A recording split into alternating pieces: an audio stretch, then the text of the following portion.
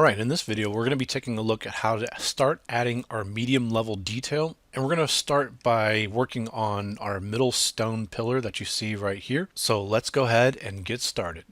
Okay, the first thing that I'm going to do is I'm going to go ahead and isolate the pillar that you see right here. So that's pretty easy. We'll just go ahead and hit the solo button, and then we're going to start roughing up the edges on everything.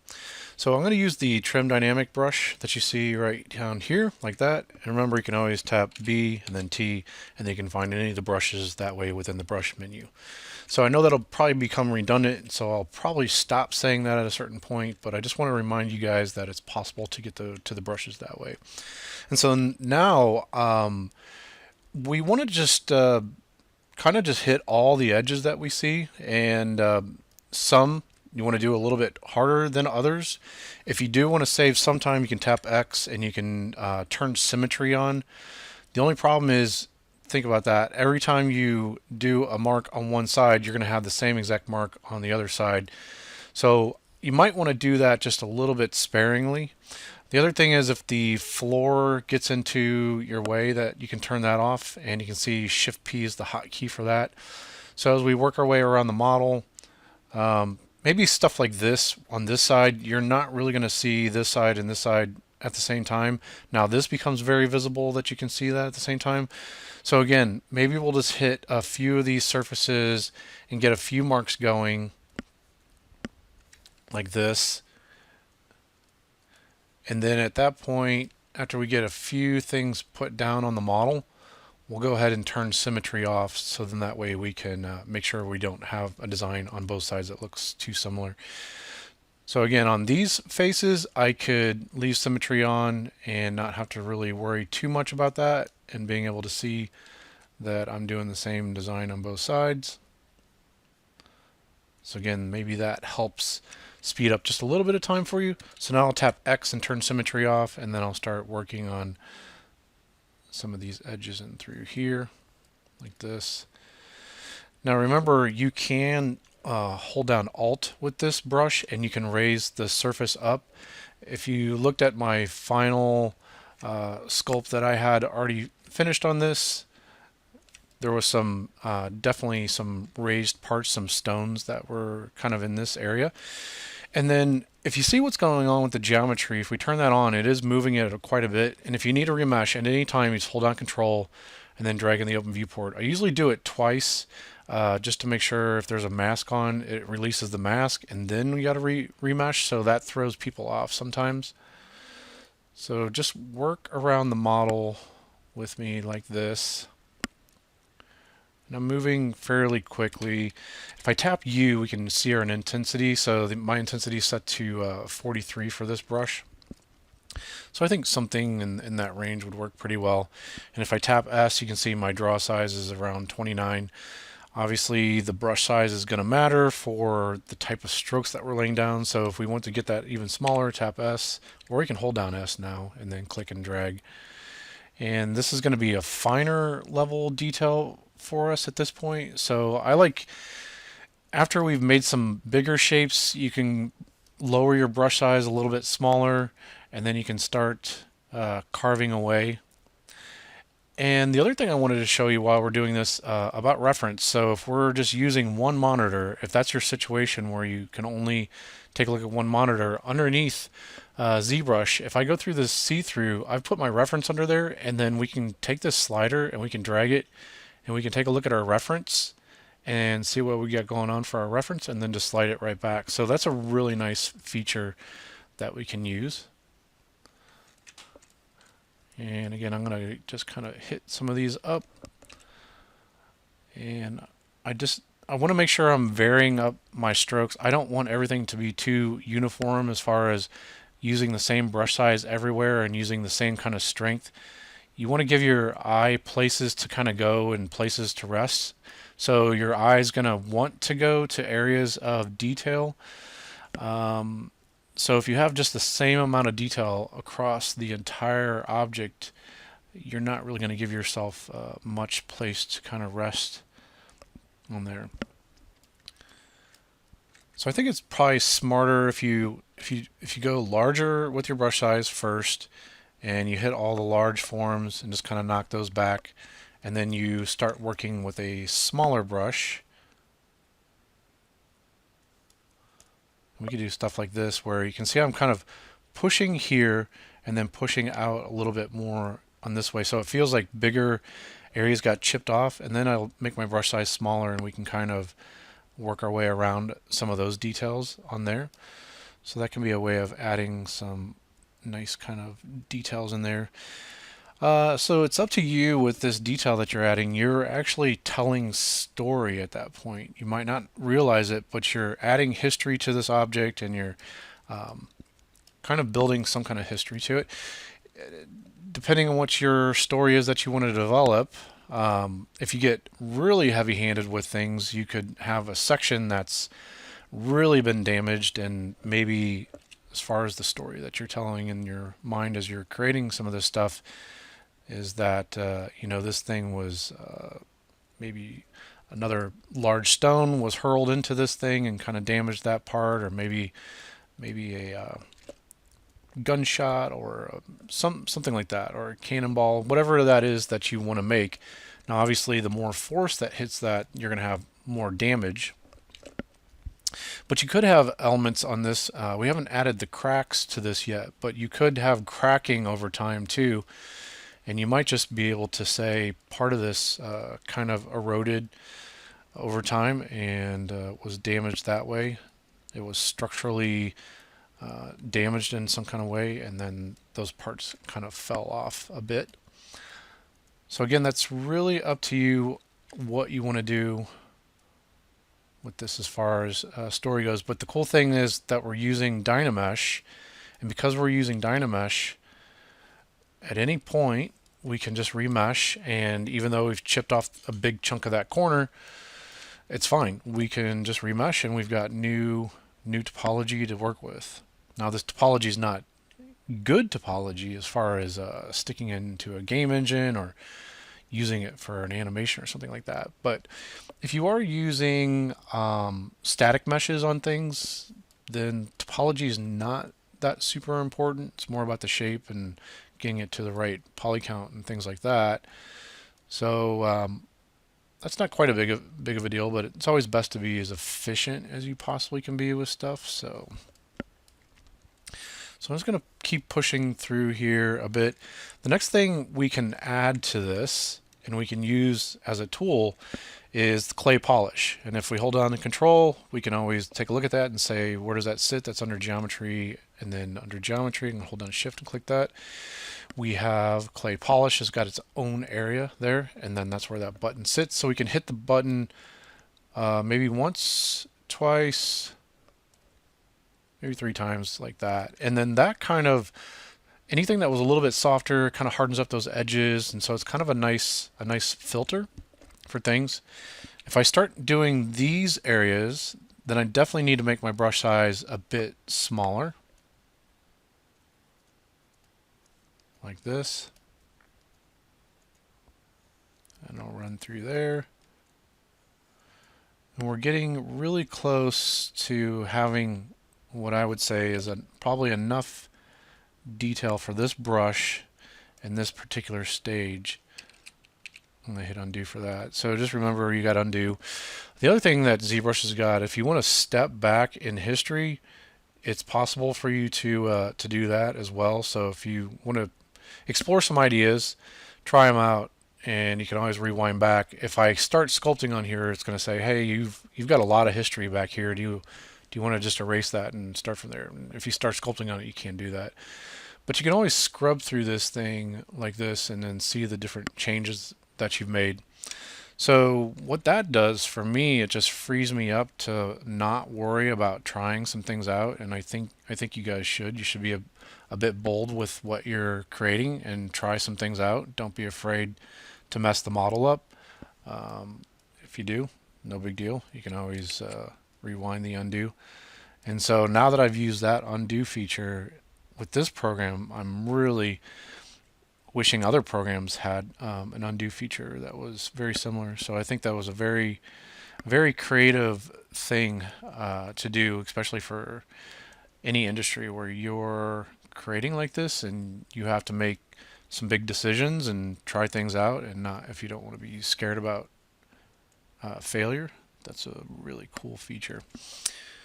And again, I'm going to hold down Alt as I draw in through here for some of this stuff to try to add some more stonework like that. And then might have to get just the bigger shapes going first, and then remesh, holding down Control and just dragging in the open viewport. And then let's just take a look at Dynamesh, what resolution I'm at. So I'm about 1500 for mine. So I think that's pretty good. This is giving me a good amount of resolution, and it might be kind of a little bit high for what we're doing even at this stage. Normally what I like to say is that you should be working at a lower resolution first to get the big forms done. The only problem is I want to be able to hold some of these edges that we've made within here through this, and so if we drop down a little bit too low, so let's say like 700, and then we remesh, it's still kind of holding, but you can see how pixelated this kind of looks. It's really not pixels, it's actually geometry, but I think you get the point. It's almost like you're replacing pixels with polygons at that point. So I just feel like that's what we're doing, and trying to hold some of these edges from the previous work is just a little bit too low. So I think I wouldn't really go any higher than what we're working at right now at this stage. Just a note about Dynamesh while we're kind of talking about it. It's a little bit confusing with the number, because it actually looks at what's the scale of your object, and it looks at the bounding box. And if you imagine little tiny cubes being encompassing this whole thing, and if you think of this as a volume, there's a way that ZBrush calculates what that resolution is depending on the scale of that object in the world. There is a nice plugin for using Dynamesh. I believe it's called Dynamesh Master, and that plugin will allow you to just set a specific number.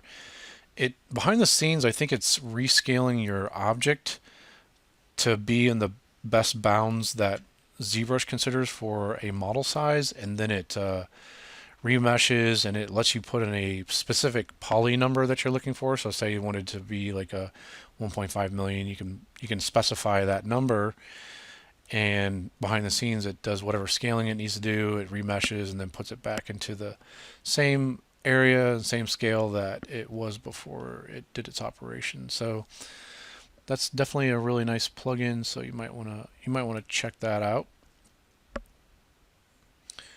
And again, I'm getting pretty close, because we could sit here and we could noodle on this stuff for a really long time. So I think you do want to move as quickly as possible, but you still want things to come out looking interesting at the end as well. And again, this is all to get some of these larger forms that we're going for. Now if I hit Alt S, I'm actually sculpting on the bottom of the model, but it might be a little bit of a waste because I don't really see down there because it's in the ground. So I'm just going to give myself a little mark here, and this is maybe, if the base of this is what I should be concentrating on. So I'm going to move it around to try to see the specular roll off the surface a little bit more. And then maybe for this, maybe we use clay tubes and then make the brush size a little bit larger. So I'm just tapping S for that.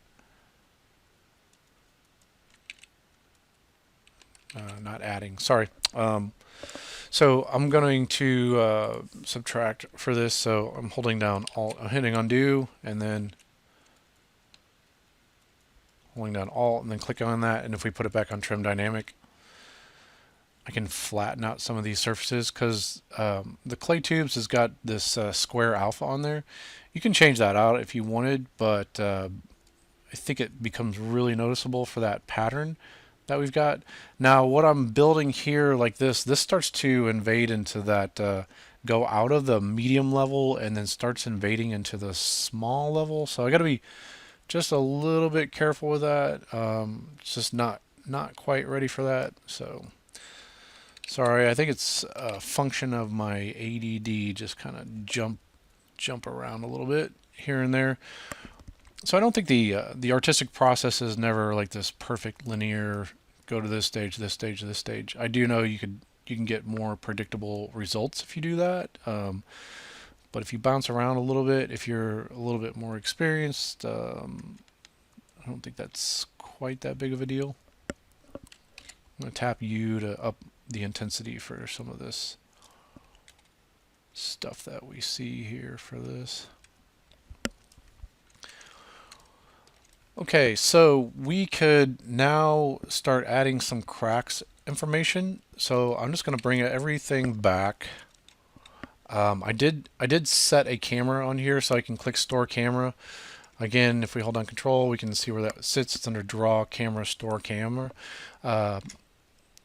Just to take a look at this at the very bottom down here, you can get to all those different options for storing your camera.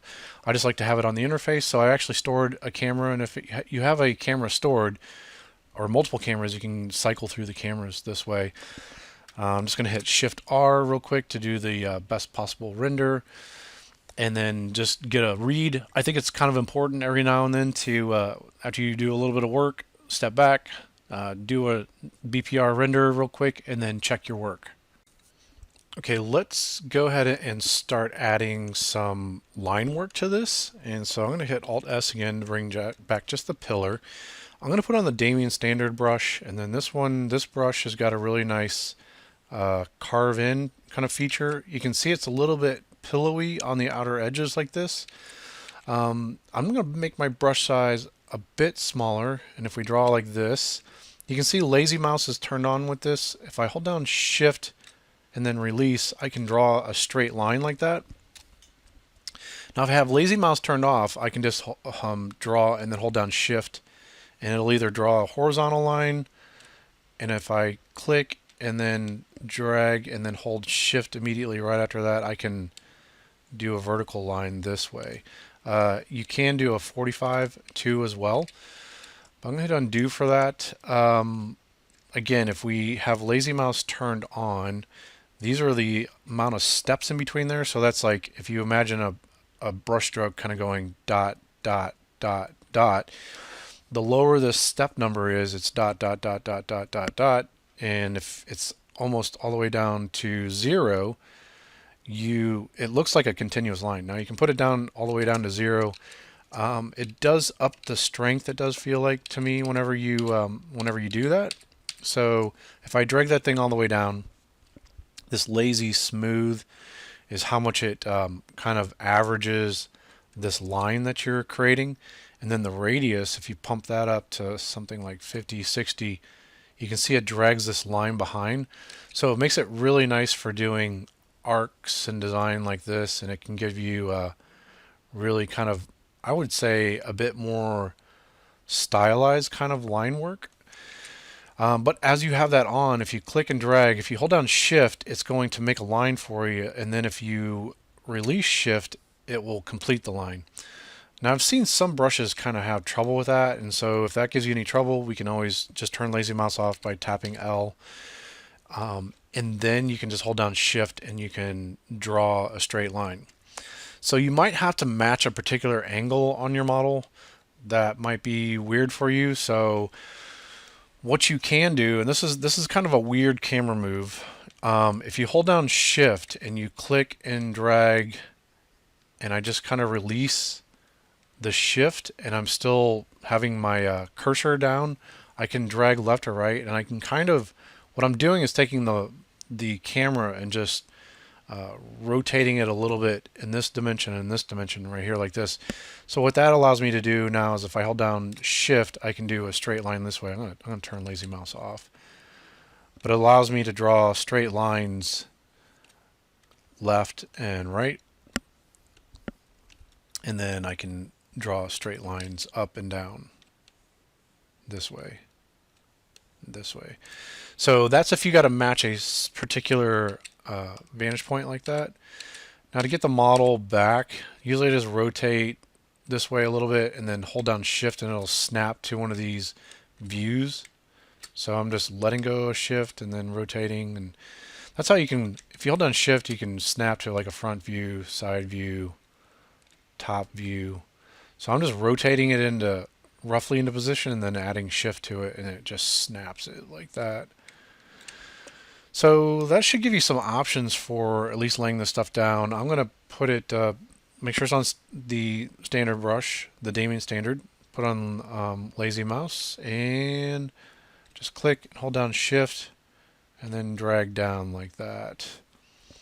Now I do have this lazy radius and I think that's why it didn't go all the way to the end down there. So I'm going to hit undo again and try this one more time. Like that. And let's drag out to here. Keep going. Click, hold down shift. Let me do that again. Like that. And then I'll click and drag across there like that. So this is how I can get some extra details within inside of here, and we can break up the shape a bit more. I'm going to do this one as well, so I'm just zooming in a bit.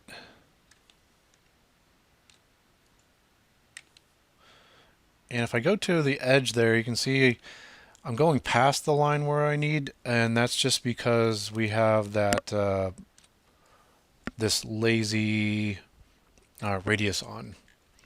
I'm going to hit undo real quick on this. Let me hit undo there too. What I could do up here, I've got a thing for storing morph targets, and this exists down here under morph target, this area. I use this quite a bit too. I use it like an eraser, so if I store a morph target, if I store this state, then I can just go ahead and do this with the model.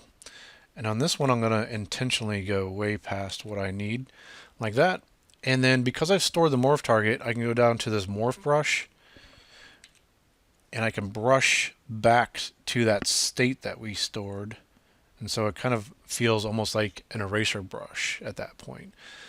So at that point, I can delete that morph target and store a morph target again. So it's another way of letting you kind of try things out. And if you don't like the results, you can, like I said, it's kind of like an eraser. So we'll put it back on the standard brush, and then at this point, again, we could run this and we could use this to produce the medium level cracks. And then maybe you go back through with trim dynamic and you kind of hit some of these up like this. And so we're flattening that edge back out like this and making it feel a bit more crisp. And then check this out. As we zoom out to about this level, this starts to change the design quite a bit. So this is our large forms, and then we're adding some medium detail for breakup. And so now with these cracks that we're making, we really need to think about how much are we changing the design by adding these secondary forms.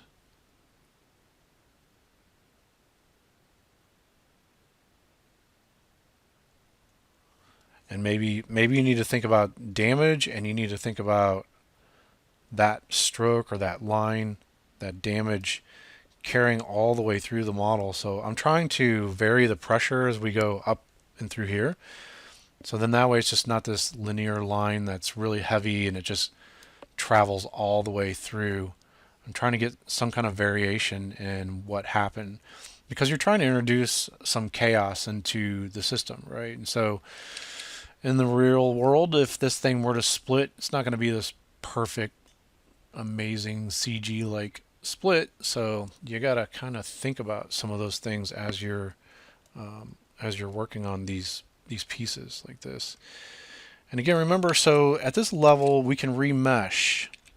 Let's check and see if we've got the right amount of detail for this stage. So the test is everything's looking pretty good at this resolution.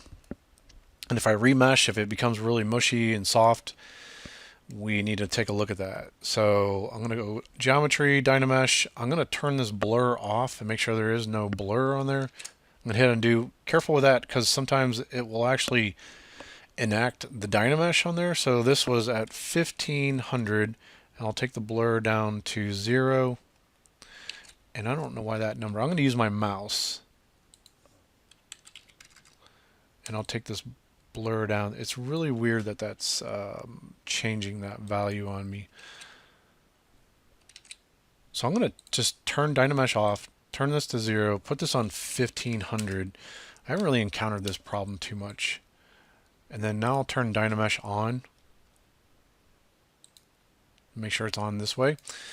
And I'll just hold down shift to smooth something out. Sometimes I have to just smooth on the model or do some kind of operation and then remesh. And then that enables it and gets it to work.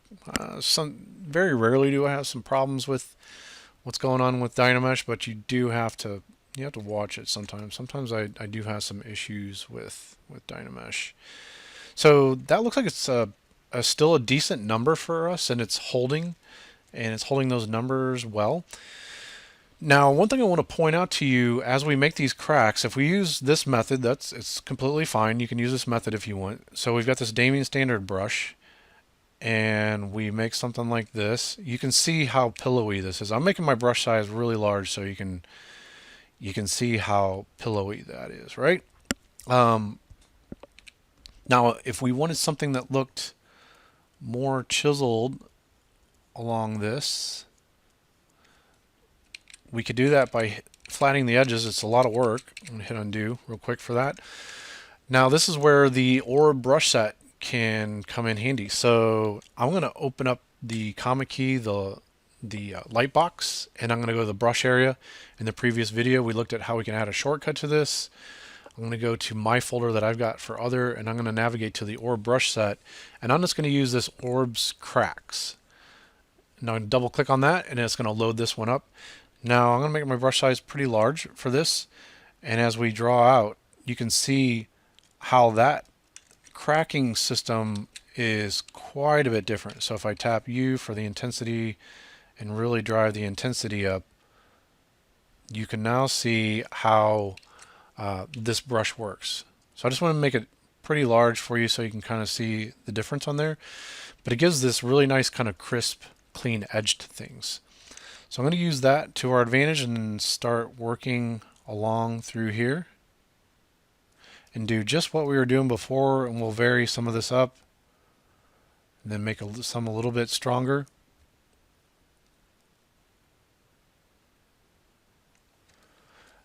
And we can carry this all the way around, and you might even connect it back to another area like so. So detail wise, as we take this, we could run it all the way across the model as if it's got this fissure that's happened all the way through the model. And then maybe we get these little areas that those cracks kind of cracked off and through there just a little bit like that, and that becomes some interesting little breakup.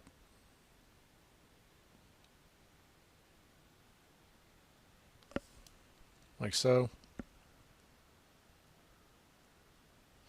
And maybe you want to dig out, it's really up to you, but you could dig out areas like this, and I'm not being very heavy-handed with this brush at all, but we could dig out areas like this and make it a little bit stronger and a little bit heavier. So I'm just going to remesh. You can tell it takes just a little bit of time for it to remesh the model. So we're going to have to work our way around the model, and this is where it's up to you artistically how much of this that you're going to introduce to the model. And it's not going to be a super fast process. I know the chipping up the edges, that went fairly fast, but this feels like it's a bit more precision like work, and it's going to kind of feel to me, this feels to me more like illustration and drawing, and I I actually like that stage. I really like to draw quite a bit. So at this level, we're not changing the surface um, depth too much at all. So again, that's why to me it feels a little bit more like drawing. And I really like line work. I like detail. So this can be rewarding for me. I would just say, if you're like me, you got to be a little bit careful because it could be pretty easy to just get carried away with this stage and then introduce just way too much detail. So if anything gets a little bit too much, you can always take your trim dynamic and you can always just flatten the surface back down. That's one way that you could do it.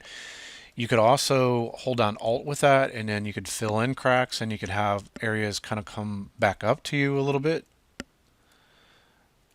And so that's what I think. It just feels to me like if I just leave it too much like the brush strokes that I had initially, it's just a little bit too much. It's just a little bit too strong. And it's almost like I've got to reduce the amount of detail. And that might feel counterintuitive to you at the very beginning because there is this thing where when you're adding detail to stuff, it becomes a rewarding kind of process, and it becomes visually rewarding, and so it just makes you think like, I just need to do more of that. And if you're not careful, you can just add entirely too much to the sculpt. Okay, let's take a look at adding the addition of using masking to add some form to this. So I'm still not super happy with how much space is actually in between here, and I want to kind of pull some of this out. So I'm going to use Control and then just click and then paint on here, so I could paint some shapes like rocks like this. If I hold down Control and Alt, I could click and drag on here and then clean some of this up. If I want to soften the mask, I can hold down Control and click on it, and if I hold down Control and Alt and click on it, I can tighten that up. So to invert the mask, I can just hit Control and then click here, or hit Control I, either way. And then now I'm just going to put it on the Move brush, make my brush size a little bit larger, and then just start pulling out a shape like this. And then I can use the Smooth, hold down Shift, and then just use Smooth like that. And then I could use Trim Dynamic at that point to kind of hit around some of these shapes right there like that. So I know this is getting back into the large forms, but I think it's necessary to maybe evaluate some of this, and if you want to improve the design, you can do that. And I'm holding an Alt with the Trim Dynamic to kind of pull some of this out just a little bit more. And so that's how I can add a large shape like that. I might hold down Shift and just smooth some of the results of that. Just becomes a little bit jaggedy along there as we've used that mask. And then now if we tap B to go to our brushes, we've got this orbs crack already loaded. So I'm going to just take this and then kind of use it as a drawing tool to draw around some of this within here. Like that. And I might make my brush size a little bit larger. So now it's starting to really kind of outline that rock right there. Right there through that. And sorry, as I tend to get a little bit quiet as I start to sculpt some of this stuff. I don't know if it's just a matter of trying to concentrate or what, but sometimes you're really not thinking tons about this stuff. If you do it long enough, you start to go into the like this autopilot kind of mode. But some people call it if you get in the zone. And I know it's probably difficult for you at the very beginning stages to kind of relax during the process because you're just learning the tools. But after you've learned the tools, it becomes a little bit more about just the artistic process, then that's where I think can actually be very relaxing. To me, sculpture is probably one of the most relaxing parts of art that I'm able to do, and I really enjoy that quite a bit. So the other thing is we might need to use clay tubes, and maybe we're building up a section and having it kind of jettison out a little bit more, and then we could use the trim dynamic. So now we're really starting to use a few different brushes. Clay tubes, we're using the move brush for larger shapes, and then Damien Standard or the Orbs crack brush for additional parts. Now the other thing is, if you remember earlier, we ran the clay polish filter. Now we might want to selectively do that. So if you want to do that, you could just hold down Control and then paint a mask kind of quickly over the areas that you want to run clay polish on, and then just Control click in the open viewport, and then now it would just kind of soften this up. And if we run clay polish, it's just going to run it on that particular area, and you can see it. I think it filters it up pretty nicely. To me, running that filter makes it feel a bit more stylized, which is fine if that's the kind of look that you're going for. So just know, again, it might be a little bit heavy-handed. So I could hit undo on this. Let's go back to this. I'll show you this with the Morph Target. So we'll store Morph Target before we run clay polish. And let's just run it twice. I'm going to click it twice. I'll get rid of it.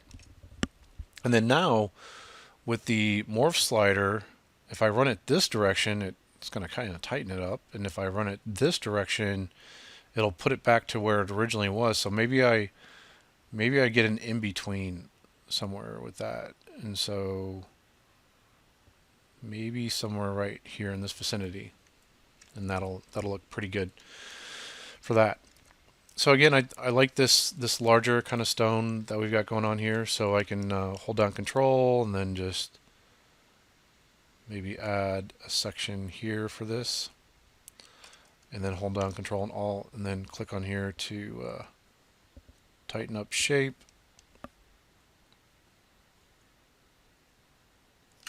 And then hold down Control and Alt and click on here. And maybe we don't want that quite so rounded off. So I'll flatten that out just a little bit, and then Control click, put in the move brush, make my brush size really large, and then think about moving away from the normal of the surface. Now one thing I could do is if I drag this out pretty far like this,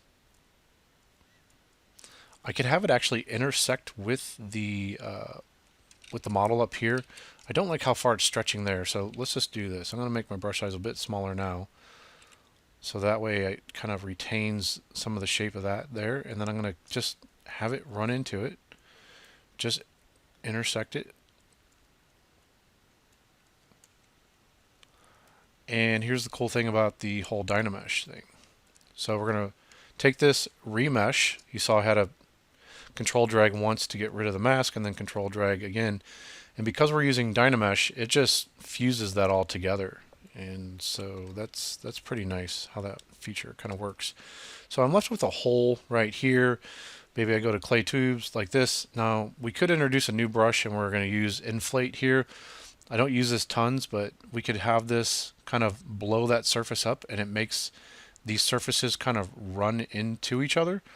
And then we could remesh, and at that point it should kind of fill in that hole that we had there, and then you can see what it did. So that can kind of become helpful. So I'm just going to run this again, and then I'm going to go back to Trim Dynamic, and then I'm going to hit Edges on this, kind of like that. I got to watch as it comes right up and through there. So I'll make my brush size a little bit larger, and then just hitting through here like that. And then let's just tap B and we'll get back to that orb's crack. And then we can start to draw in some of this detail as it sits. Then through here.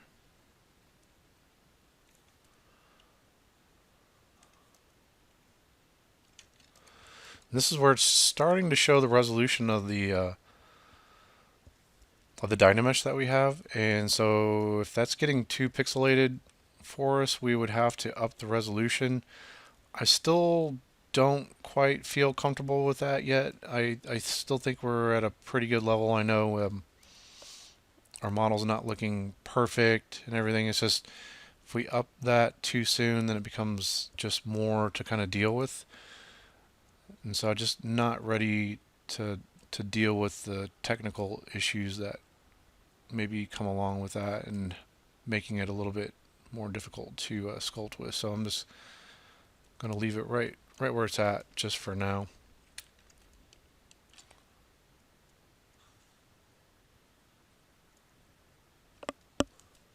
I'm just trying to make some choices about how this thing actually cracked apart.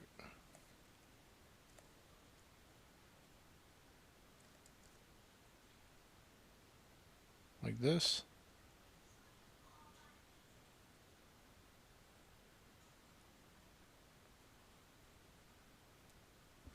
And then remember, we can always go back to trim dynamic and make our brush size a little bit smaller, hit up some of these edges if we want to.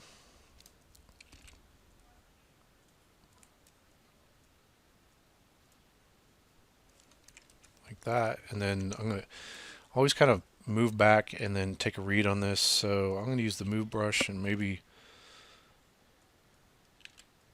pull this up a little bit. That's the cool thing about sculpting digitally like this. I mean, this is just like, feels like liquid clay at that point. You know, you can just push and pull the surface around.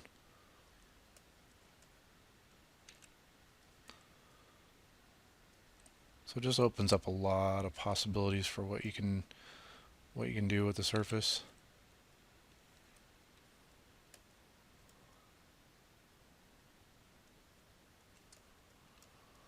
As I do that, you can see I kind of pulled that shape out, and then now I can just come back with trim dynamic and kind of hit some of these edges a little bit, and then maybe flatten some of that stuff back out.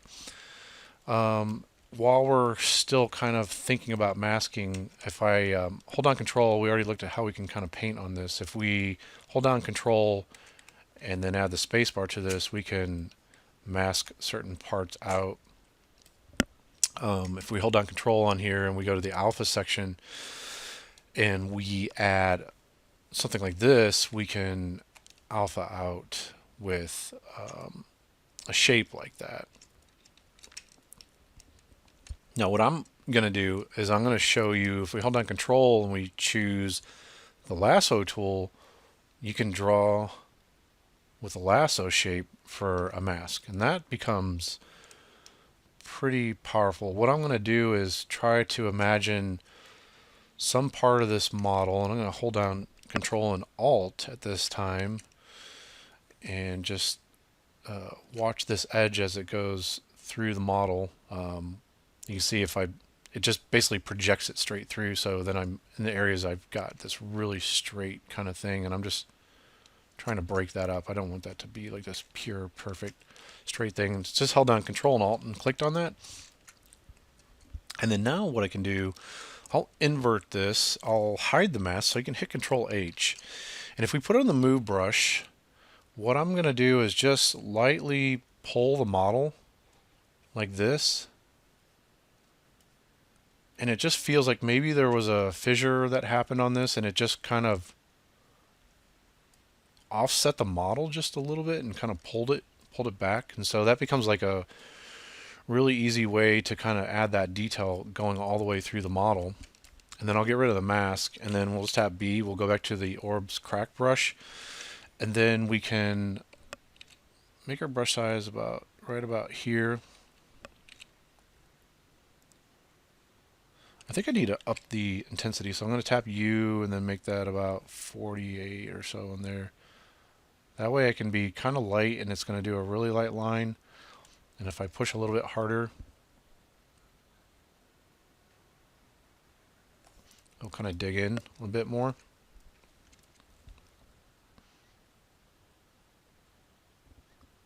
So maybe that connects to this other part that we got going on and through there. And maybe it's just a little bit too strong, so I'll back that off a little bit.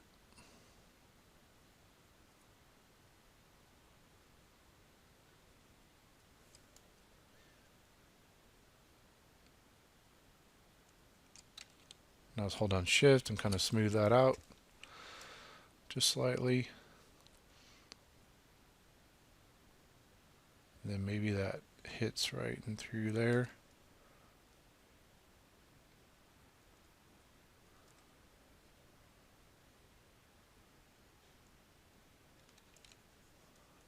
Get rid of some of that and then just check it as we move around. So let's just do the see-through part right here, and I'm just going to check these kind of rocks that he's got going on here to the bottom left, and then just see kind of where we sit.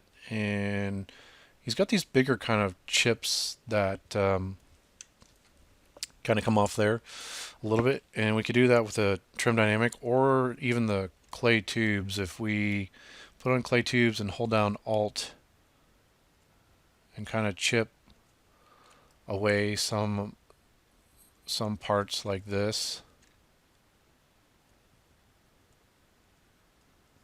So you get these bigger kind of pit marks every now and then. And I'll just hit that. And I'm just being very, very light with this stuff. And again, we can take the trim dynamic. We could do that, hit that up.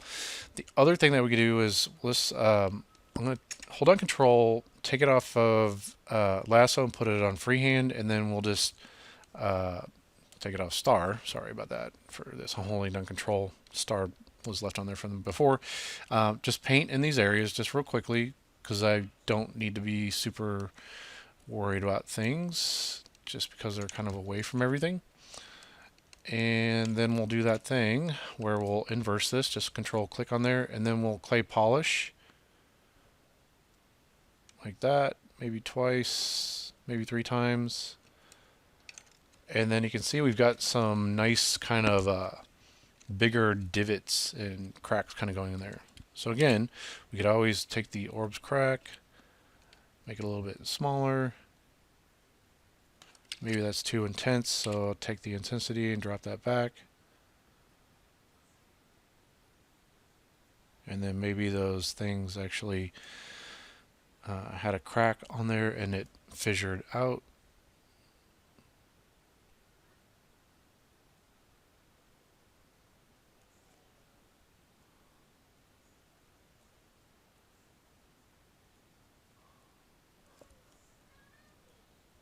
And I'll draw this a little heavier and through this area where those kind of match up and they meet.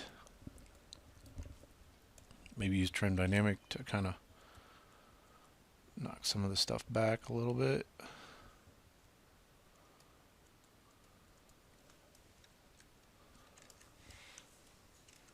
So these are getting finer and finer. So you can see as I start to move away from the surface like this, they almost disappear. So that's moving into that direction of the tertiary forms.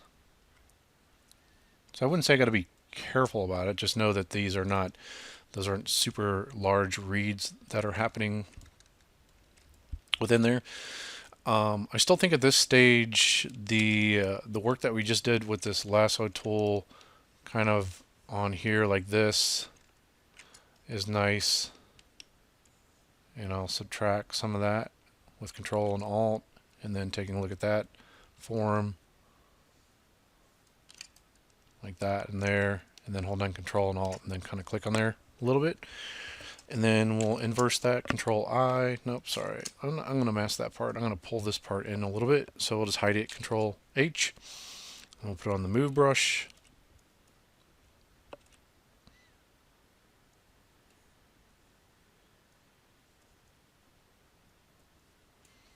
just pull it in this way a little bit.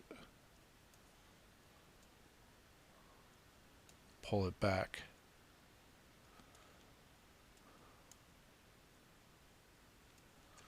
Like that. And then I'm just going to go ahead and remesh it. And we'll tap B, we'll go back to the orbs crack, and then we can start to finesse this shape a little bit.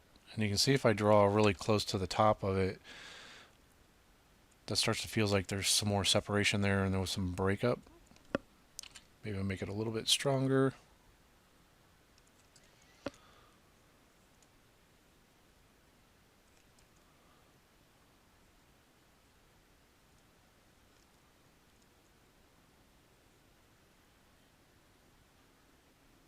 Like this.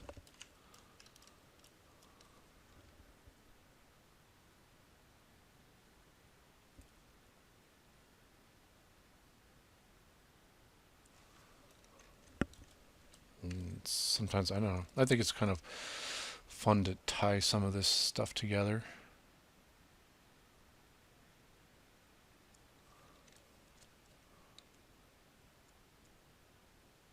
Like that.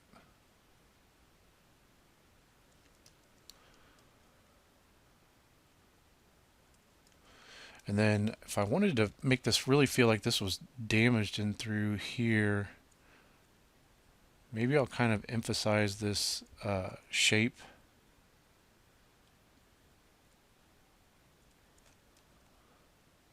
And get some more breakup within here, like this.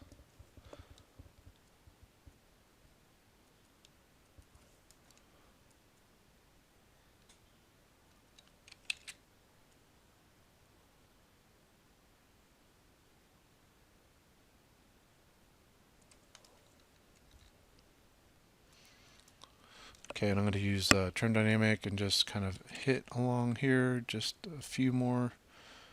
These edges, remesh.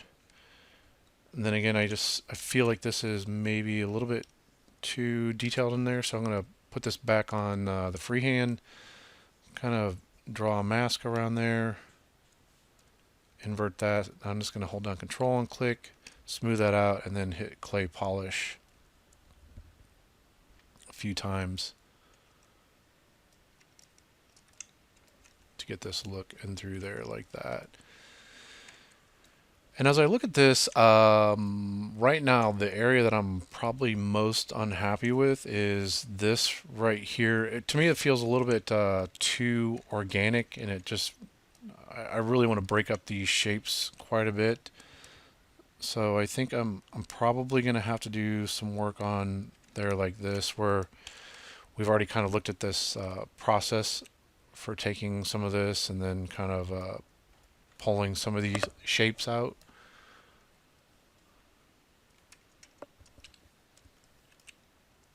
Right here, like this, and I'm just going to hit around these corners.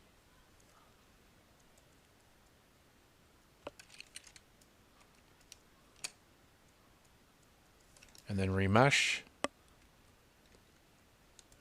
Okay, and then let's just take a look back, and then I'll bring everything back, select our camera view, and hit the BPR render just to check everything. And so I think what I'll do next is I'm not really going to change any techniques on you from this point on, and I'll finish this out, but I'll put this video in a time-lapse mode and try to put some kind of marker on there saying what the video, how much it's been sped up by, so you can get an idea for how much longer it would take to kind of finish out all the rest of the remainder of the details for this. But as far as techniques go, I think this you can see we're kind of using the same techniques over and over again, and this will work rather well for this stage for us. So it's just a matter of spending the time and then finishing out and putting the right amount of detail throughout the rest of the design.